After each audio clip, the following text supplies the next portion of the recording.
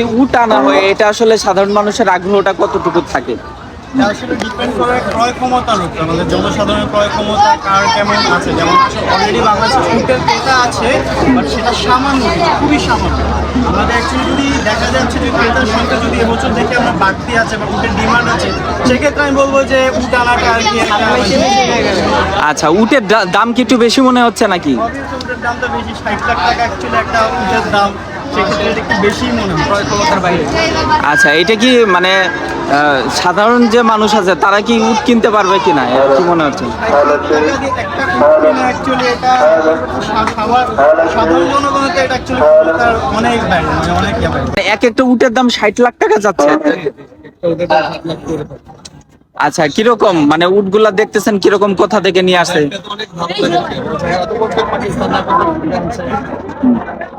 আচ্ছা, উট দুইটা দেখে কেমন লাগতেছে? বাংলাদেশে আসলে না মানে মানে বাংলাদেশে এই ধরনের উটগুলা আসলে কিরকম মনে হয় আর কি?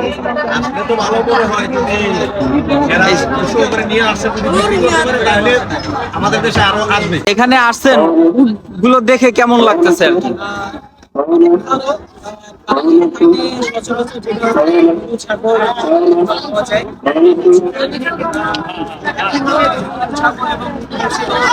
শুধু উটের কথা বলেন। অন্যান্য বছরের তুলনায় আমরা যেরকম দেখি, এবছর যে দাম যাচ্ছে 60 লক্ষ টাকা, তো দাম অনুযায়ী আমার কাছে মনে হয়েছে যে কিছুটা বাড়তি, কিছুটা চড়া।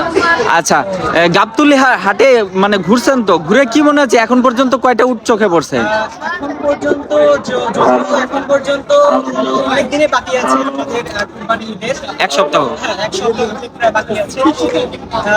এখন পর্যন্ত খুব একটা বেশি দেখা যায়নি, তবে ইনশাআল্লাহ আরো বেশি হবে আশা করছি।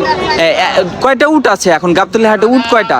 আমার দেখে এখন পর্যন্ত আমি 4টা দেখেছি। দুইটা উটের দাম নাকি 60 লাখ টাকা চাওয়া হচ্ছে। হ্যাঁ। আচ্ছা, উট দুইটা দেখে কেমন লাগতেছে? আচ্ছা, এই উট দুইটা মানে কবে আনা হয়েছে এবং কতদিন হইলো আছে জানেন নাকি?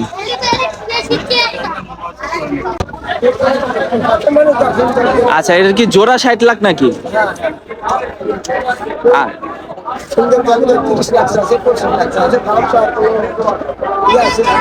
আচ্ছা।